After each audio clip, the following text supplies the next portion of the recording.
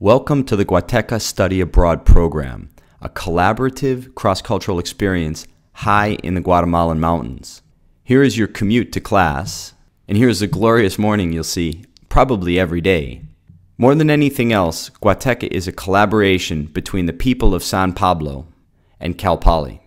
Living with local families, we'll study with an equal number of Guatemalan students subjects of energy, appropriate technology, and Spanish. More than anything else, we want to collaborate with the community. We invite them into our projects and work with them and demonstrate what we've learned together. San Pablo very successfully addresses the challenges that many Central American communities have with alcohol. And in wanting to support the community, Guateca is a dry program. Although we don't drink for the 2-month Guatemalan stay, we sure do have a good time with the community. We play and we work. And sometimes work is play. We take part in the local celebrations, the rites of passage. We might be preparing for the 50th birthday party of our host mother. San Pablo is very musical, and you may find that on your birthday you are serenaded by all your friends at about 3 in the morning. They delight in talent shows, and we all participate together, bringing in the entire community. The children, animals, and all the people are wonderful. There's no classes on Friday, so for the 3-day weekend, students are free to travel as they wish. The nonprofit may hire a private bus to get us somewhere, or we may take local transportation. You may summit the 2 highest mountains in Central America, Tacaná on the Mexican border, or Tacomulco. You may go to Atitlan, a beautiful lake resort in an enormous volcanic crater. However, most students agree that they prefer to spend their weekends close by with good friends and go on hikes that may be only an hour or 2 or the whole day. We spend a great amount of time studying together. We learn and we teach. We can volunteer in the local school as our project, teaching local primary school students. Additionally, adults want to learn, so we also have opportunities to teach in the evenings.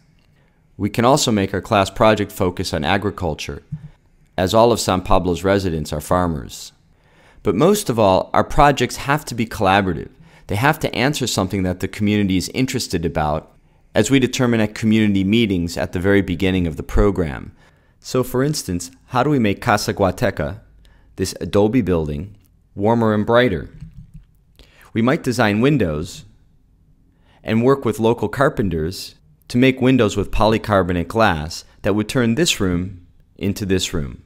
These windows can double as seats for our meeting with the local community, and we can keep the windows warm at night with insulated shutters, or compare the thermal properties of polycarbonate with glass. We can insulate the ceiling with locally available natural materials and seal it with an adobe that's made with the juice of the prickly pear and pine needles. We could put in solar panels and internet connection to keep us connected even when there's a power outage. We can heat water with the solar collector or with the waste heat from the stove. So inserting a heat exchanger into the stovepipe, we can heat all the water we need for showers. And yes, they are wearing bathing suits. This is a very conservative community that we live with. Or how about the stoves themselves? How can we make a stove use less firewood and still adequately heat the kitchen and building?